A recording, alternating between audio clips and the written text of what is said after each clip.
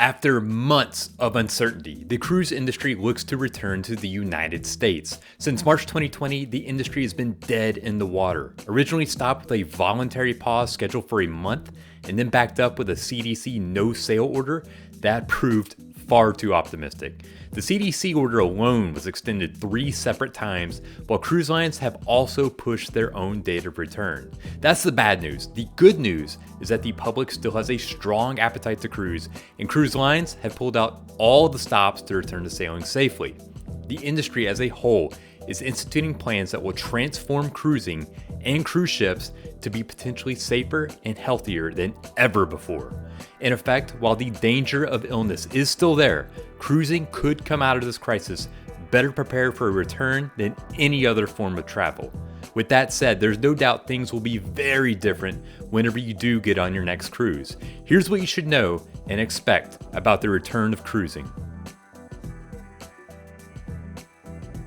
The big question for everyone is, when will cruises start sailing from the United States again?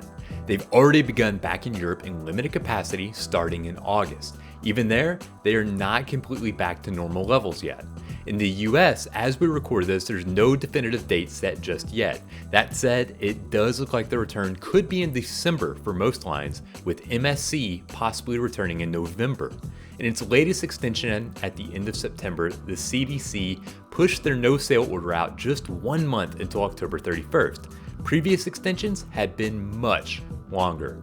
At the same time, the cruise industry as a whole suspended cruises through October 31st as well. With European cruises beginning back safely and both suspensions set to end, it looks promising that cruises will return in some capacity.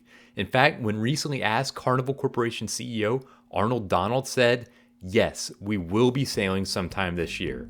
Even so, there is no guarantee when that will happen until ships actually leave the dock with passengers on board. Among the major cruise lines, Carnival, Royal Caribbean, and Norwegian are all scheduled to return to sailing in December at this point, but that is subject to change. MSC, the first big line to cruise back in Europe, has cruises scheduled from the US for November. Outside of the medical-related fields, we cannot think of any other industry that's taking these steps that cruise lines have taken to keep their passengers healthy. First, the biggest step that the industry took was to stop sailing when the pandemic took hold and very little was known about it. In total, about 3,000 total cases are tied to cruising, compared to more than 36 million cases worldwide. There's little doubt that if you're not careful, cases can spread on a ship. That's why stopping cruises was a dramatic move, but it was the right one. Since then, cruise lines have researched best practices to come up with plans for returning to sailing safely. The most notable was the Healthy Sail panel that was formed by Norwegian Cruise Lines and Royal Caribbean. This panel of health experts, headed by Dr. Scott Gottlieb, the former head of the FDA, and Mike Leavitt, a former governor and secretary of Health and Human Services, came up with 74 individual recommendations for cruises to return safely. This study, and what has already been announced by the cruise lines, will be a guiding force in changes made to keep passengers safe. Among the recommendations that you'll see on your next cruise, COVID testing before boarding, temperature checks, limited capacity on the ship, social distancing, increased sanitation, improved air filtration and ventilation, and medical treatment plans for combating any cases that do occur aboard the cruise ship. On your next cruise, expect some noticeable differences compared to cruises before the pandemic. For one, the atmosphere may be more subdued compared to the energy seen on normal cruises simply because there are fewer people. A sail-away party on the top deck may not feel quite the same with half as many people on the ship. Other spots are likely to feel different as well. For example, casinos will have distancing measures in place similar to what's seen in Las Vegas. That means smaller crowds and less of a buzzing energy that's common when gambling. Pool decks, they're set to have fewer loungers. Expect crowds to be more spread out around the entire pool deck instead of just clumped together right near the water. That's actually a good thing for those that enjoy smaller crowds. Restaurants should have more limited capacity and expect tables to be spread out around the room. Buffets will go from self-serve to having food brought to your table or served by the staff. In short, just like we've seen on land, things are going to be a bit different. That said, it is still a cruise. Expect the energy to be upbeat with both crew and passengers happy to get back to some semblance of normal. Folks should generally be in a good mood, and after all, it beats being isolated back at home. Furthermore, many things that endear us all to cruises, good food, the sunshine, and drinks, aren't going anywhere. Yes, you should expect masks on a cruise when they return. While no one wants to take a vacation with a mask on, they are likely to be required. Among the recommendations of the Healthy Sail Panel was that masks be a part of cruising, at least for the time being. Crew members that have contact with passengers on a regular basis will be wearing masks. Passengers will also surely be asked to wear masks indoors when they aren't able to distance themselves from others. So for example, if you were sunbathing by the pool, then you probably won't be expected to wear a face mask. After all, the tan lines would look pretty silly. But if you were in the ship's theater or casino or on an elevator, then masks should be the order of the day. It's not yet clear how masks will work in restaurants and bar areas, but expect the rules to be similar to what you see on land. Of course, in your cabin or on your balcony, you won't be expected to wear one of these masks. It is not just things on the ship that will change. After all, it makes little sense for cruise lines to be as careful as possible on board if it means that a passenger can simply go ashore and flaunt all the safety measures put in place. For that reason, expect ports of call to change as well. First and foremost, the free movement that passengers enjoyed in ports of call is likely gone until the virus is more under control. Instead, in places like Europe, cruises are offering excursions that have been approved and practice health and safety protocols.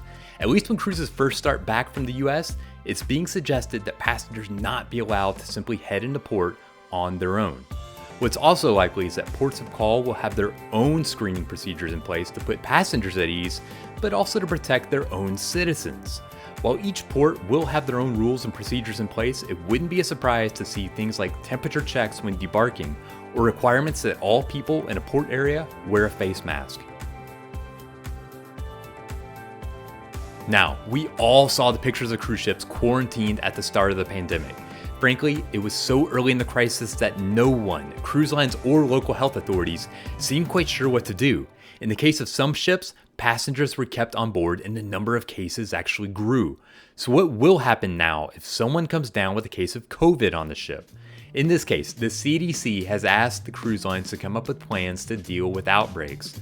The recommendations from the Healthy Sail Panel call for plans in place for small, moderate, and large-scale, quote-unquote, debarkation scenarios. The panel says cruise lines need to contract with third parties and not the government to address any outbreak on the ship that overwhelms onboard facilities. It also calls for advance arrangements to be made for sick passengers or crew to get them home or to medical treatment on shore.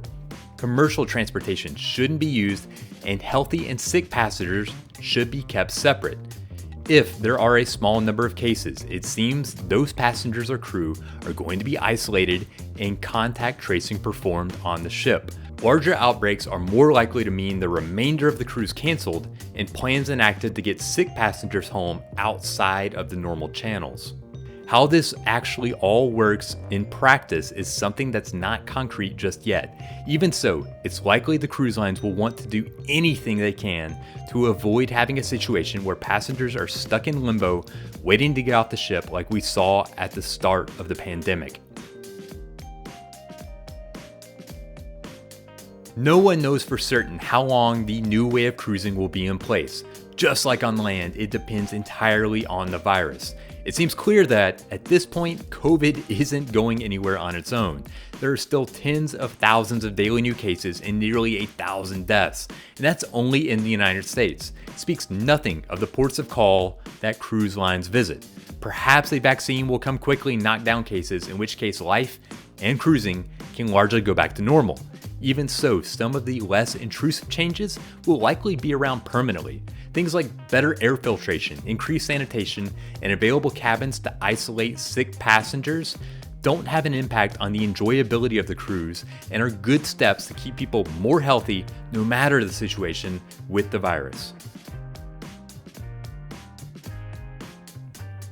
The common wisdom would be that since cruises have had such a difficult year, there must be plenty of empty rooms available, and lots of cheap trips to get people to sail again. Truth is, at least at this point, cruise prices actually aren't lower. They are holding strong according to the major cruise companies, with the potential to be even higher in the future. How on earth can that be? First, cruise lines say they're seeing lots of pent-up demand. This includes bookings being historically strong in the future when passengers believe the pandemic will have passed. Cruise passengers, they're a loyal bunch, and while the headlines have been poor for cruises, truth is that their share of cases have been relatively small compared to the negative press they've received. Many people also trust the cruise lines to do everything they can to keep passengers healthy. As well, cruise lines are taking a staggered approach to their return. That means a limited number of ships at first. For example, Carnival, one of the largest cruise lines in the world, is starting back with only 6 ships. Even then, cruise lines are also returning with limited capacity on the sailings they do start with. Carnival has mentioned roughly 50% capacity on the ships that sail. So large pent-up demand combined with drastically fewer cruises available mean cheap cruises just aren't likely. Okay, the biggest question on everyone's mind, is it safe to take a cruise? If there's one thing that's become clear during this crisis, it's that everyone's perception of what's safe is different. Some people only feel safe in isolation. Others have no problems carrying on with life like there is no virus. No matter which side of the fence you fall, a couple of things are clear. Number one, cruise lines will have the most stringent safety protocols in the travel industry. And number two, cruise ships are places where the virus can spread. Regarding the safety protocols, cruise ships have lots of control over the onboard environment, much more than any other destination. They can test, enforce distancing, sanitize, and more. As long as there are people, there's always a chance for illness, but it's hard to match the steps that cruise lines will use when they sail. Even so, there's no doubt that ships put people in proximity to each other, and there's no arguing that illness can spread on a ship given that proximity. What we've seen, however, is that European cruises have started back successfully so far, so it seems that the cruise line policies can work to limit cases. That said, cruise line executives have freely admitted that there will eventually be a case on a ship, given how widespread the virus is around the world.